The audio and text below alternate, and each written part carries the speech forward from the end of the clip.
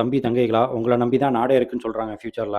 அதனால நீங்க ஒரு முட்டையும், சிக்கனையும் வேக வைக்கிறதுக்காக சோம்பேறித்தனம் பட்டுட்டு இருக்காதீங்க. ஜிம்முக்கு போற சின்ன பசங்க காமனா சொல்ற வார்த்தை. ஆனா நான் ஜிம் முடிச்சுட்டு போனா வீட்ல இதெல்லாம் செஞ்சு தர மாட்டாங்க. சிக்கன், முட்டைலாம் அப்படின்றத நெறைய பேர் சொல்றீங்க. இது ஒரு பெரிய விஷயமே இல்ல. சரி நான் வந்துட்டு இப்ப ஜிம் முடிச்சுட்டு வந்தேன். ஒர்க் அவுட்லாம் போட்டு வந்திருக்கேன். இப்ப என்னோட பிரேக்ஃபாஸ்ட்டுக்காக நான் சிக்கன் செய்ய போறேன். எவ்வளோ சிம்பிளான்னு காட்டுறேன். சிக்கன கழுவி இதெல்லாம் எனக்கு ப்ரிப்பேர் பண்ணுறதுக்கு ஆல்மோஸ்ட் ஒரு 5 மினிட்ஸ் அதிகபட்சம் அவ்வளோதான். 400 கிராம்ஸ் ஆஃப் சிக்கன் இருக்கும். நான் இத முழுசா இப்பயே சாப்பிட மாட்டேன்.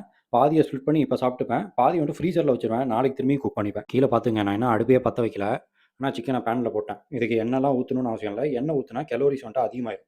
ஃபேட் லாஸ் இந்த கோல்ட்லலாம் இருக்கீங்கன்னா எண்ணெய் தேவையில்ல. அவ்வளோதான் இப்ப நான் பர்னர் ஆன் பண்ணிட்டேன். சிம்ல தான் வச்சிருக்கேன். ஏன்னா ஓகே. அதுக்கு மேல மூடி வச்சாச்சு. இப்ப நான் இது வேகறதுக்குள்ள நான் குளிச்சுட்டே வந்துருவேன். அதனால எனக்கு டைமும் வேஸ்ட் ஆவாது. குளிச்சாச்சு. ஜிம் ட்ரெஸ்ஸ அலசியும் போட்டாச்சு.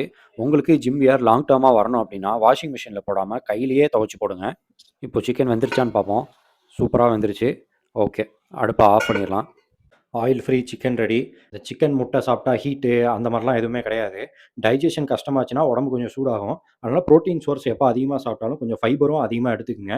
அதனால டைஜெஷன்ஸ் ஈஸியா இருக்கும். அவ்வளோதான் விஷயம். ஸோ யாருக்காவது யூஸ்ஃபுல்லா இருக்கும்னு நெனச்சா கண்டிப்பா அந்த வீடியோவ ஷேர் பண்ணுங்க. அண்ட் மறக்காம நம்மளோட பேஜ ஃபாலோ பண்ணிக்கங்க.